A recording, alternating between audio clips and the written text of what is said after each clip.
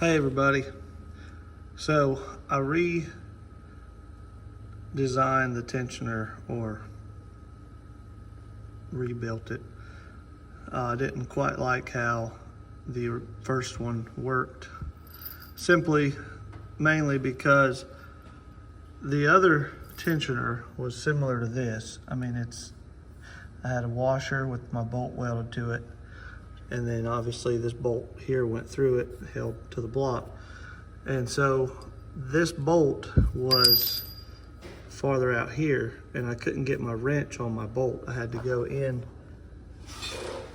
this hole to get in there. And you can see this one is centered up on the bolt instead of pulling from the side. Like my original tensioner, it was like this. And now I've got it like this. And that also gives me room, instead of my tensioner bolt being on this side of my washer right here, it's over there in the center. And I can get my wrench on here now and have plenty of room to tighten my bolt, instead of trying to use, I had a ratchet and extensions trying to get in the hole. And you can imagine, you're out here with your ratchet or breaker bar trying to pull up, and it's slipping off your bolt in here. So these wrenches work way better.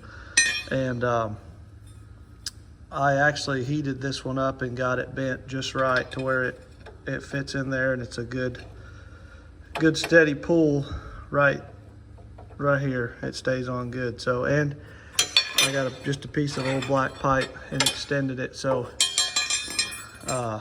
I can break it loose and tighten it up a lot easier than trying to double up 2 wrenches.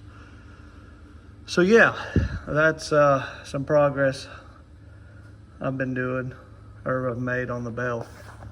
It's been at the shop for a while. I had to put a new radiator in it, and so we've been haven't been running it in probably a month or 2.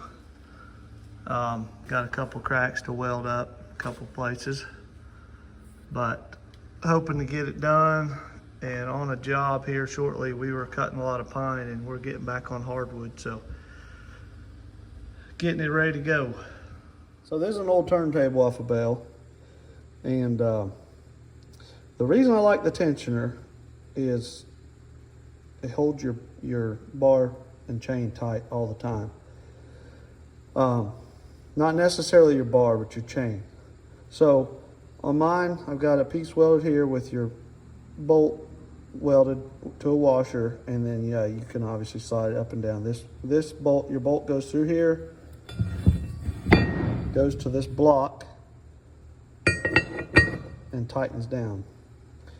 And then obviously your bar mounts on here. Well, over time, these grooves get wore and get wear on them, and also your block does. And this is a brand new block, never been used, so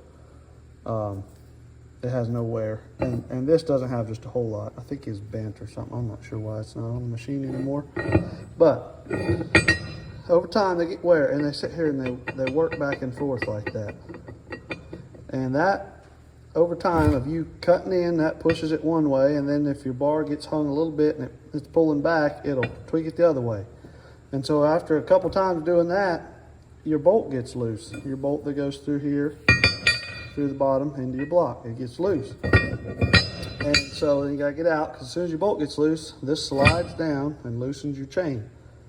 So with the tensioner on here, that's another point to hold it from wiggling. It helps a little bit, but also when your bolt does get a little bit loose, it won't let it slide down because your tensioner is holding it out where it needs to be. So you can run a lot longer without having to get out and tighten your chain. So that's a big reason that I do like the tensioner. Although it's not as fast as using a bar to, just to pry down and tension your chain.